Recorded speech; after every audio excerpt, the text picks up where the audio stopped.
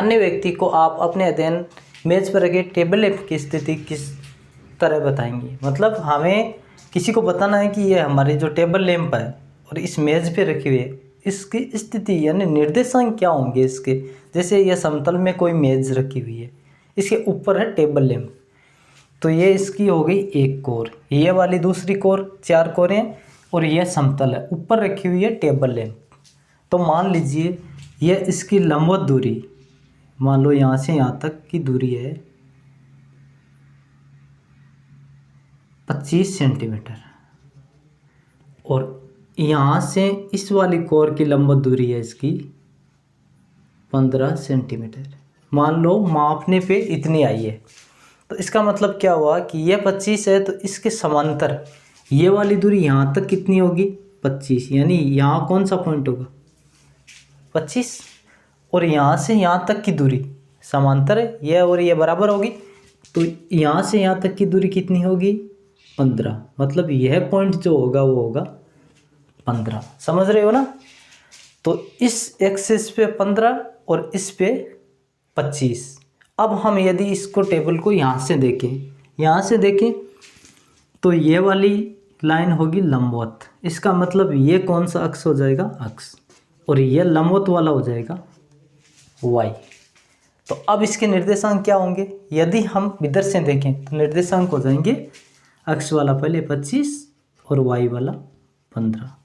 अब देखिए यदि यहाँ से देखें इसको तो इस बार कौन सा हो जाएगा, ये अक्ष हो जाएगा, और ये कौन सा हो जाएगा फिर y हो जाएगा।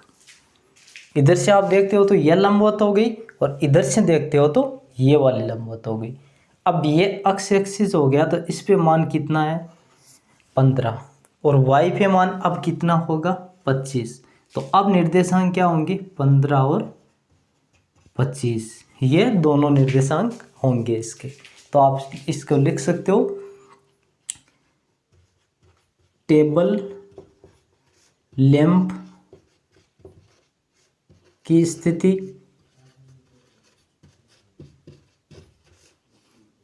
25, 15 तथा 15, 25 पर होगी। अच्छा एक बात बता दें कि ये दूरी आई कहाँ से है, 15, 25 फिक्स नहीं है, हमने माना है कि यदि ये इतनी है तो ये वाली इतनी है। ठीक है, क्लियर है, ओके।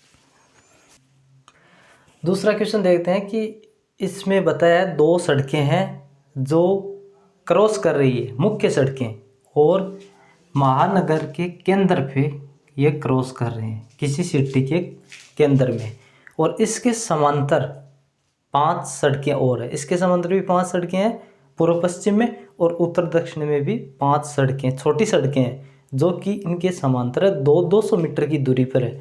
और ग्राफ में हमें इस तरह दर्शाना है कि 1 सेंटीमीटर को मानना है 200 मीटर। तो हम पहले उत्तर दक्षिण में एक लाइन खींच लेते हैं मुख्य सड़क, फिर पूर्व पश्चिम में एक दूसरी लाइन जो कि दूसरी वाली सड़क है। अब 1-1 सेंटीमीटर छोड़ के हम 5 लाइंस ड्रॉ करेंगे सड़कों के लिए, और फिर बताना क्या है कि कितनी क्रॉस स्ट्रीटों को 4-3 माना जा सकता है, कितनी क्रॉस स्ट्रीटों को 3-4 माना जा सकता है, यानी जो कटेगी जहाँ पे 4-3 और 3-4 कितनी होगी। 1 सेंटीमीटर छोड़ के बनानी है, 1, 2, 3, 4, 5। तो मैं बना लेता हूँ यहाँ पे 1 सेंटीमीटर छोड़ के 1, 2, 3, 4, 5।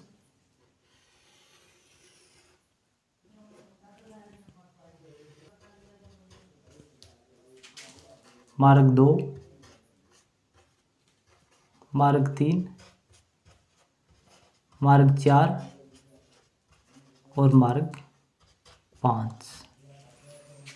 कैसे ड्रॉ करनी है, पहले क्रॉस स्ट्रीटों को 4-3 माना जा सकता है, तो पहले इधर से गिन लेते हैं कितनी 4, और ऊपर से फिर गिन लेंगे 3।